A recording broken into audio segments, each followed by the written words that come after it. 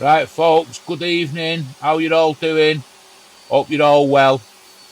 So, I'm just going to get straight into it here with this. So, I picked up this solid oak worktop, like 4mm stave oak worktop. Use it in kitchens. I think you guys in the US and Canada call it butcher's block tops. Um, but you can call it what you want, really. It's like kitchen worktop. Really good quality, to be honest with you. And this was headed for the tip. We call it the tip. You guys call it the dump star. That kind of thing.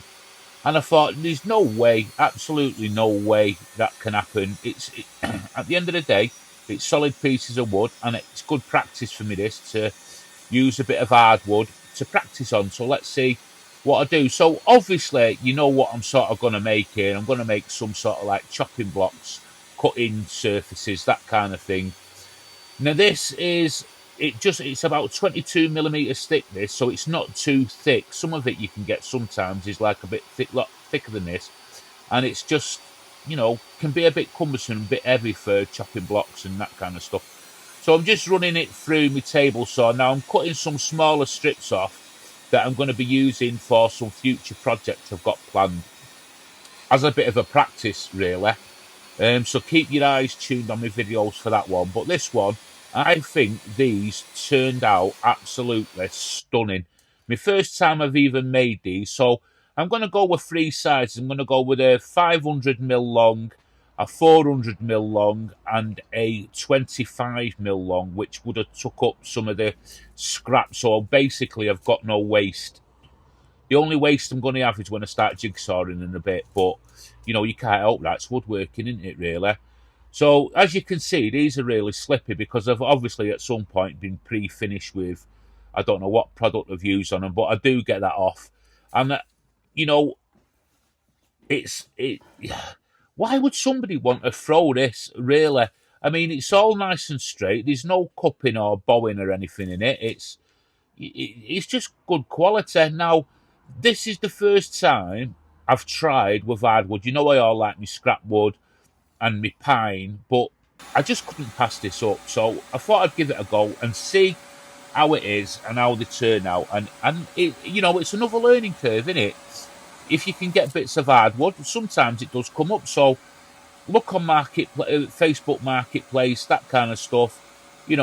Talk to your local builders and that kind of thing, where they might be throwing it out. They're quite happy for you to take stuff like this away because, it saves them money with skips and sort of dumpsters and all that kind of thing. So I'm just going through. Now I'm just taking it a bit slower with the saw, with it being hardwood. I don't know if that's the right or the wrong thing to do, and I just want to try and get them all super accurate. Now, the ends on these were out a little bit, obviously, where they'd been cut into worktops in the past. But I thought I'd just give them all a nice square up and get them to the sizes. So the 500mm ones, they're obviously going to be longer, and they're all sort of the bigger ones, the 400 and the 500mm are all 300mm wide. So I'm just going in with my utility knife here, sharpening this pencil. Thanks to the viewer who sent that pencil out for me, sent me a pack of pencils. I do appreciate it. These carpenter's pencils, I can't never get them sharp, even with sharpeners. So I just go in with a utility knife. Somebody said, use a utility knife, you can get them ultra sharp.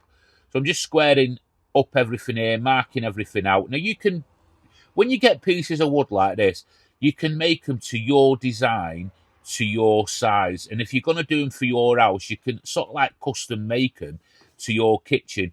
But these, I've got them. I'm going to batch them out. I'm going to put these on the website. I'm going to give a few away to family, but there'll be a few on the website for sale. So if you want to buy one, if you're in the UK, you can buy one. And that's not being horrible to anybody outside the UK. It's just shipping charges, and it's an absolute nightmare.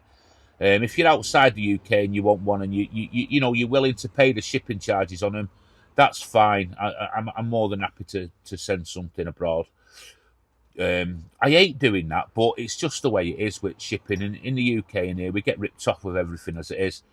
So I'm just going in with the Forstner bits here. I think I'll show you a 25mm bit here, but I do go back and change that for a 30mm, and now this is for the smaller one. And on the bigger boards underneath, what I do for the hole there, I use a 40mm Forstner bit. So that bit there, I'm showing you for the smaller one. I think it says 25, but I actually go in with a 30. I changed my mind at last minute. You don't see that. So I've set up a little stop block and a little block underneath to sort of like cut down on the tear out. My plan was to sort of like try and go down as far as I can. Try and sort of like get it so I can flip it over and come from the other end. But I didn't need to. The tear out was sort of like non-existent. And I am going to put a chamfer round that hole anyway, so it wouldn't have really, well, it would have mattered because I'd have known it'd be there, and you know. But as I was cutting them and I was checking, the tear out was sort of like virtually none, so that was fine. It just made life a little bit easier there. Now, up to now on this project, I'm working with this oak. I'm finding it quite easy to work with. I thought I'd have like it'd be really hard to work with, but I'm finding it quite easy, to be perfectly honest with you. Now, on the bigger sort of chopping boards here, I'm going with more of a modern, contemporary look to it. So I don't want it overfussed. You see loads of people on the internet and on YouTube and that, and they I think over elaborate what they're making sometimes. Sometimes less is more, simple's better, isn't it? So you can see with a small one there, because they're a smaller board, and I was thinking more like little mini cheese boards for them or something, I thought I would put a little bit of design on them, but nothing too much. As you can see, they're just like basic sort of chopping boards, but you can see they're like size of my hand sort of thing. So little cheese boards, that kind of thing for them. I'm just going in with a jigsaw. Now, I've been practicing my jigsaw a lot, and I'm getting quite good at it now. So one of the things when you're turning the jigsaw, what I'm finding, what I got told to try, is turn from the back. So, you know, like if you had a rear wheel car sort of vehicle, and you sort of turn the wheels from the back, try it by moving the background first, and it seemed to work. I seem to get more control that way. So I know I need a lot more practice. It's not going to be perfect overnight. And here I'm going through sort of hardwood, so all's well. And I've got to say, these Starrett blades are absolutely superb. Just absolutely went through this hardwood like a hot knife through butter. So I'm just going round again. We tried to get a close-in shot here, but obviously we couldn't get it sort of right. But we'll work on them shots for you. I'm just going over now. I'm putting a chamfer round all the edges of everything. Now, I have checked on a scrap piece of wood just to get my chamfer the right size. I do apologise. I should have showed you that on a clip. I'm not perfect, am I? So I can't sort of like think of everything. But as and when I get much better at these videos and more creative with my videos, I will show you stuff. And hopefully you'll like how I do stuff. As long as I keep everything real, that's the main thing for me. And I like the chamfer. I could have went over with a round over, but you know, like the chamfer, I'm going for a more modern vibe. Here, these are not so much of a modern look, these little ones, but in the end, they turn out really nice. Now, I got out of all this sort of wood I actually got 4 of the 500mm, 4 of the 400mm, and 3 of these little small ones with a little bit left over for the future project. So I'm quite happy with that. Now, I don't know what these sell for. Solid oak chopping boards. I haven't got a clue. Let me know in the comments what you get in sort of your areas for stuff like this, because honestly, I don't know what sort of price to put them on my website. Now, this is an old sander I had. Not old, it's quite new actually, but I hardly use it because it's junk. So, as you can see here, I thought I'd try it on this because it's old. It's a bit more of an heavier sander, but no, waste of time. So I've gone back to my Max T here and perfection. It just effortless, this sander. And what I'm doing here is I'm getting all the old sort of finish off, and I've started using a new sandpaper as well, which I'll show you in some of the other videos.